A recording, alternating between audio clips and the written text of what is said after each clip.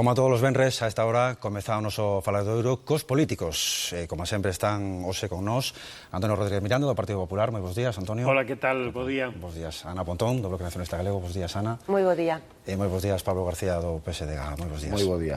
Pois o primeiro tema que hoxe temos preparado para falar son esas manifestacións polos recurtes. Como saben, centros de persoas acudiron a estas movilizacións no día no que o Congreso, só cos votos do Partido Popular, votaba a favor os recortes propostos polo Goberno. Imos a comezar xa, se lles parece, o turno de declaracións, de opinións. Ana Pontón, do Bloque. Eu creo que onte Galiza o que deu mostrase de que hai unha maioría social que rexeita estos recortes, que ademais non está de acordo coas políticas que se están impoñendo tanto desde o Goberno Central como da Unión Europea e que reclaman unha saída xusta á crise, non? Creo que desde logo hai unha situación na que vemos como as medidas económicas que se teñen adoptado o único que están provocando é que haxa máis crise, que haxa milleiros de persoas que están situadas realmente nun punto límite. Vemos como sigue medrando o paro, como se están desmantelando servizos públicos, como se está aproveitando a crise para desmantelar o estado de benestar, e eu creo que desde logo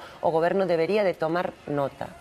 Para nós, para o BNG, tamén hai unha cuestión que é moi importante, e é que estas medidas que agora se impoñen como contraprestación polo rescate á banca son medidas que non teñen legitimidade democrática. O Partido Popular presentouse ás eleccións con un programa que decía xusto o contrario. O normal, en vez de blindar o Congreso dos Deputados, sería que o Partido Popular, que o Goberno, convocara un referéndum para que o pobo decidira si quere e se acepta ou non estas medidas que, como digo, non tivo oportunidade de votar hai pouco máis de 6 meses nunhas eleccións. Pablo García. Bueno, as medidas xa analizamos incluso a semana pasada, polo tanto, eu creo que o que se veu onte en Galicia e en toda España é esa masiva participación que creo que nadie nega, e polo tanto facer unhas manifestacións un xoves ás 7 da tarde ou ás 8 da tarde e que sexan masivas como fosen, eu creo que denota simplemente que a xente, a maioría da sociedade, rexeita claramente ese tipo de medidas.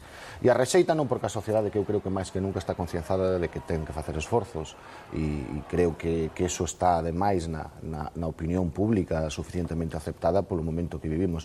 Pero a xente que non entende que eses esforzos o teñen que facer primeiro sempre os mesmos, é dicir, se repartimos esos esforzos e os porcentuamos, un 90% do esforzo están facendo as familias, mentre que un 10% o restante están facendo as empresas e as grandes empresas e as grandes fortunas. Por lo tanto, a xente non entende que teña que facer eles os esforzos, a maioría dos esforzos, cando non son os causantes desta situación. E eu creo que tamén, e sobre todo, porque non ven que estas medidas vayan a solucionar o problema, que é o máis grave de todos. O Goberno, eu creo que debería tomar nota no sentido de que ninguén, nin os propios mercados, que en teoría e como contraprestación a ese préstamo, ese rescate que non iba a ter contraprestacións, e a xente ve que está ben, vai así ten contraprestacións, pero, e remato, o que nadie se cree que mentras non haxa algún tipo de medida, mentras non se albisque algún tipo de medida que favorezca o crecemento, ningún país, ninguna persoa, ninguna familia pode pagar solo con recortes, porque nadie se cree. Logo das manifestacións de onte, Antonio, o Goberno tomará nota? O Goberno sempre ten que tomar nota cando hai algún pronunciamento de tipo social. Si é certo que as cousas hai que velas na súa xusta medida, non que alguén fale de maioría social cando hai unha manifestación de uns miles de persoas, completamente lexítima e que hai que atender, pero hai máis de 2 millóns de galegos que son o conxunto da sociedade. Esa sí é a maioría social total, e esos evidentemente non estaban na rúa. Iso non deslegitima os que estuveron, pero é certo que hai que tamén ver as cousas na súa xusta medida. E hai que velas desde o punto de vista que aquí o que se pretende é establecer que as medidas que se están tomando é porque se impuxeron por Europa e por un rescate, e ese é un gran erro. O gran erro é que estas medidas hai que tomalas pola situación na que temos o país. Non fai falta que non las impoña nadie. Por que? Porque se temos unha deuda acumulada de máis de 400.000 millóns de euros, que é algo que non sabemos nin o que é, sinceramente, eu non me fago idea do que é. Se só no ano pasado se gastaron 90.000 millóns máis dos que había, porque o Goberno só foi quen de recaudar a terceira parte do que tiña que recaudar, e iso non será culpa deste Goberno, digo eu, porque entrou este ano, non o ano pasado.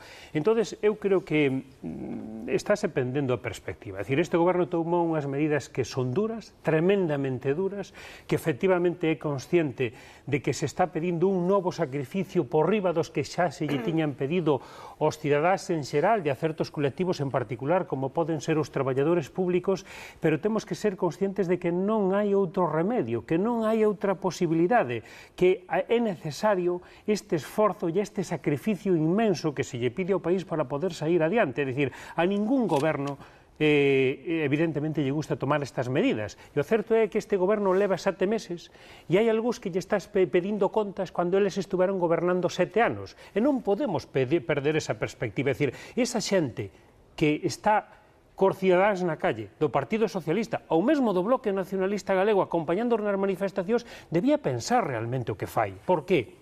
Porque temos que pensar se queremos un país serio como foi Portugal ou como foi Irlanda, que actuaron ante situacións de crisis, ou se queremos un país como Grecia. E se efectivamente queremos acabar como Grecia e non como Portugal e Irlanda, que están recuperándose, están indo polo bo camiño, pois o camiño, iso é responsabilidade de todos, tamén dos que alentan este tipo de movilizacións.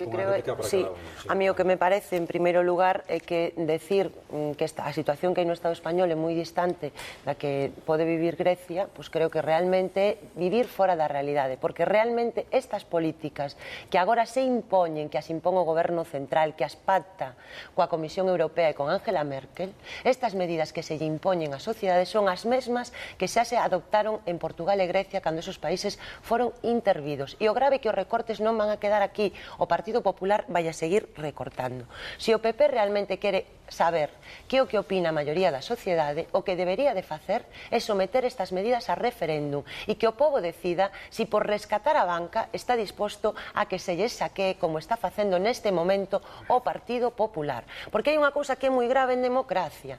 En democracia significa que cando un se presenta ás eleccións e se presenta con un programa electoral ten que cumprilo.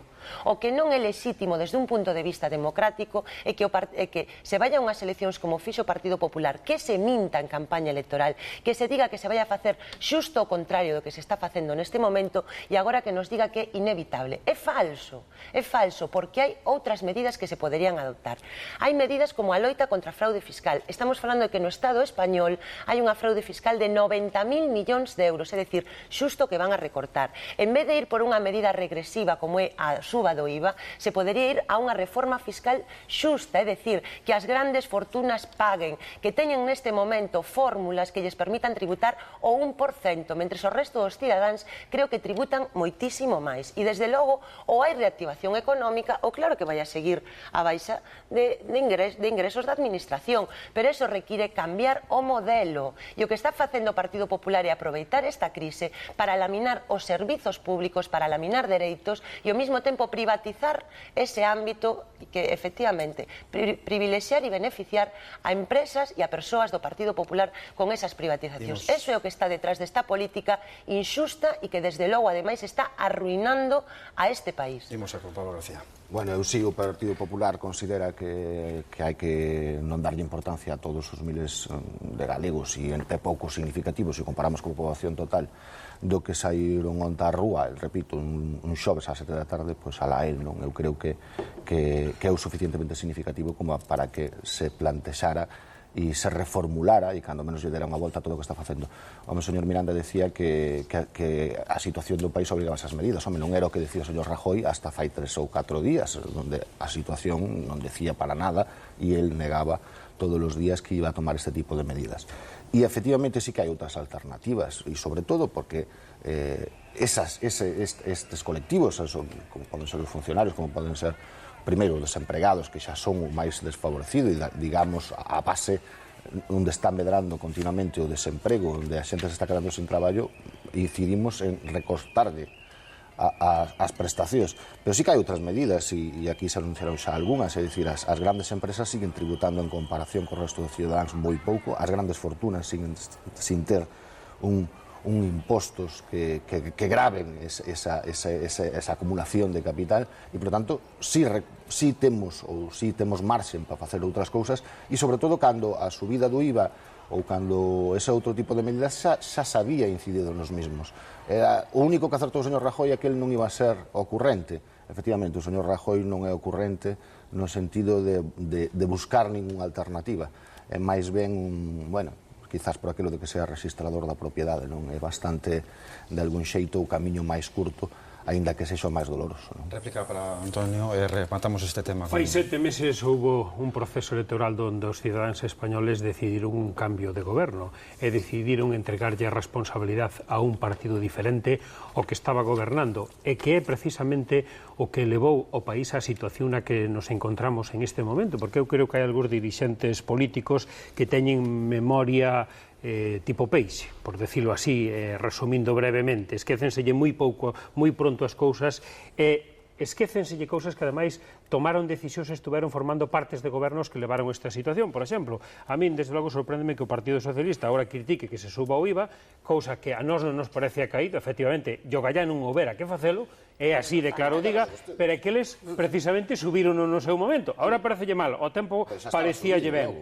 Ben, fálase de un discurso da privatización. Mire, o discurso da privatización do Bloque Nacionalista Galego xa o coñecemos, é o de sempre, é o de toda a vida, cualquier medida, é que o PP fai isto porque o que quere é privatizar. Perdonen, ustedes ven cual é a situación do país, ven cual é a situación do país. E mire, cando hai un problema para pagar a deuda, calquera familia o sabe. Como fai? Pois trata de conseguir máis ingresos de onde poida cas súas actividades e trata tamén de axustar os gastos para non gastar tanto. E esas son as medidas que tomou precisamente este goberno. Claro, que aquí cando falamos de deuda é tremenda, fálase que se lle recorta os parados prestacións. Oye, vostede non recordará que no ano 92 foi o maior recorte que se lle fixo aos parados neste país. Non sei quen gobernaba no ano 92. Daquela baixáronselle as prestacións, aumentouselle o tempo de cotización para ter dereito ás prestacións. Dicir, o maior recorte. E sabe que burato había daquela en desemprego? 3.000 millóns. Sabe qual é o burato que hai hoxe? 30.000 millóns.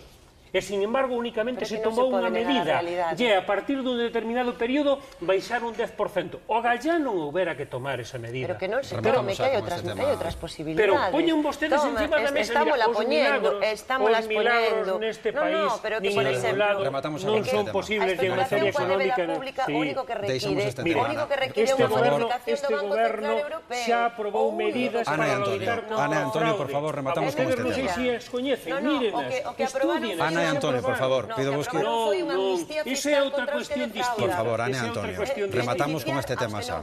Seguiremos noutro falador, se acaso, con este tema, pero ahora vamos rematar, imos a outro tema que teñamos pactado, que é o da FEGAN. Como saben, os concellos galegos reclaman ao Goberno do Estado que negocia a reforma da Lei de Réxime Local. A FEGAN, a Federación Galega de Municipios e Provincias, está a favor de fixar os topes retributivos para os alcaldes tamén, para tamén os concelleiros, pero pide que calquera cambio se negocie.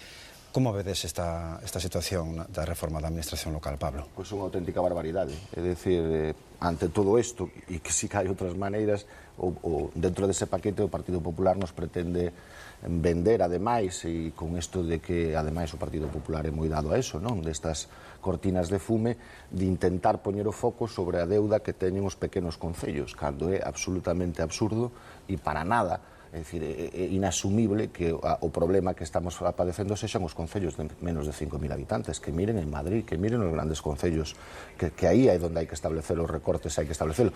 E, por suposto, optimizar os recursos e optimizar as funcións de cada administración, pero que desaparezan e que se vacíen de contido os pequenos concellos, cando a maioría de concelleiros, e en Galicia é un feito claro, posto que temos unha inmensidade de povos e de concellos pequenos onde nin siquiera o alcalde cobra ningún solo duro, onde os concelleiros o que fan é prestarlle un servicio e traballar todos os días desinteresadamente polos veciños, e que o Partido Popular, dentro deste paquete, veña a meter que hai que suprimir ou vaciar de contido, que no fondo é o primeiro paso para suprimir eses concellos, nos parece de todo absurdo. E, repito, xa non só se pretende recortar e cargar sobre aqueles mismos que son sempre os mismos, é dicir, baixamos o IVA, criticamos que lle baixemos, subimos o IVA, criticamos que lle subimos o IVA, e despois nos chegamos e subimos o IVA máis. E agora, pois, cos concelleiros exactamente igual. Eu creo que iso é inasumible en todos os sitios e, por suposto, en Galicia. E iso para favorecer, por exemplo, ás diputacións, porque alguén ten que prestar os servicios. Ana Pontón, rapidez, por favor, e logo finalizamos. Bueno, eu creo que este é un exemplo de medida inútil e onde o Partido Popular aproveita a crise para desenvolver un programa que claramente vai nunha liña centralizadora e antidemocrática. Porque decir, en primeiro lugar, que os concellos de menos de 5.000 habitantes teñen que desaparecer en sí mismo é unha barbaridade, porque habrá concellos que funcionan ben e que funcionan mal. Desde logo, para a realidade política de Galiza vai a supoñer a desvertebración do país. Detrás desta decisión que está, pois, seguir engordando as deputacións, precisamente as institucións máis inútiles e que se deberían de suprimir neste momento. Ao Partido Popular, que tanto fala de suprimir cargos políticos, nos decimos que hai que suprimir xa as deputacións. E non só están falando de reducir o número de concellos, tamén están falando de reducir a representación dos cidadáns nestos concellos. E esta é unha medida que non ten nada que ver co aforro, que o único que busca o Partido Popular é reducir a representatividade dos cidadáns e ao mesmo tempo afortalar o bipartidismo no caso concreto de Galiza. Creo que esta é unha medida que empobrece desde o punto de vista democrático e que, como digo, ten un claro trasfondo ideolóxico, máis centralismo, que creo que o peor que se podería aplicar neste momento é menos democracia. Rematamos con Antonio. Pois mire, en primeiro lugar as cousas hai que decilas correctamente, non incurrir en falsedades. De momento non temos norma, falamos de un informe, e iso hai que decilo de xeito claro, non é norma, é un informe. En ese informe, en ningún lado se dice que haxe que suprimir os concellos de menos de 5.000 habitantes. Vale, iso hai que decilo claro. Dito isto, nós entendemos que as finalidades que se persiguen son axeitadas, é dicir, a finalidade é maior eficiencia, é menor gasto, é que cada administración teña unha competencia, non haxa máis de unha administración que exerza unha mesma competencia. Nós hasta aí estamos de acordo. Si é certo que nós tampouco compartimos a forma en que se está levando a cabo. Nós entendemos que este proceso necesita que a colaboración directa das comunidades autónomas, hai que escoitalas, que hai que escoitar, no caso noso, a Federación Galega de Municipios e Provincias, que ten a súa representación pertinente na Federación a nivel nacional, na FEN, e que efectivamente hai camiños para poder ser máis eficientes. Pero hai que esta reforma axustala aos diferentes partes do país, entre elas a Galicia, é dicir, esta reforma ten que ser adaptada e teñen que ser escoitadas as comunidades autónomas para que reivindicacións pois do municipalismo galego durante moito tempo estén recollidas nesta reforma, criterios de financiación, si é necesario clarificar que competencias exercen os concellos e tiñen unha financiación completa para atender esas competencias. Pero, bueno, hai detalles como é en Galicia, o tema da dispersión poboacional, como é o tema do envellecemento, que desde sempre se leva reivindicando aquí e nós consideramos que hai que telo en conta. E este é o momento axeitado para leválo a cabo.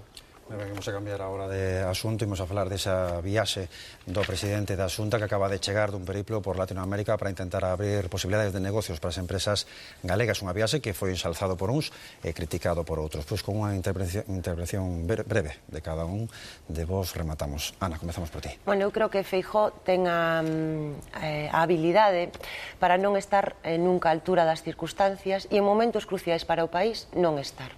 Parécenos, desde logo, que moi grave que xusto a semana en que se aplican os recortes máis importantes que teñen unha incidencia directa no noso país, vexamos ao presidente da Xunta fuxido para non dar a cara.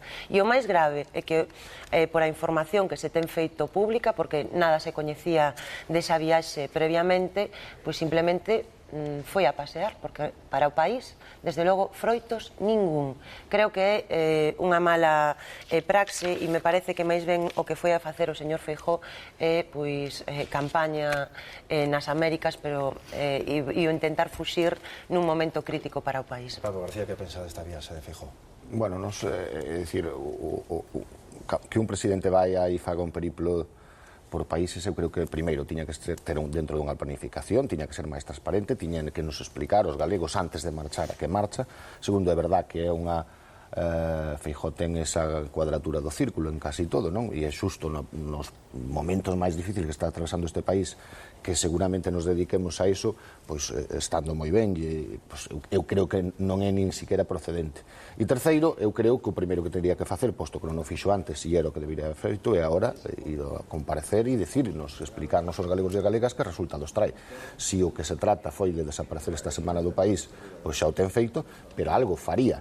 e moito nos tememos polo que coñecemos, pero é verdad que coñecemos pouco e, por tanto, que comparezca e que nos explique aos representantes políticos e a todos os galegos a que foi e, sobre todo, que resultados trouxo. Derradeira intervención para Miranda. Sí, miren, o goberno galego actual é o máis transparente en tema de viaxes. De feito, é o primeiro goberno galego que todos os períodos de sesións comparece no Parlamento a rematar o período de sesións para explicar todas as viaxes que se...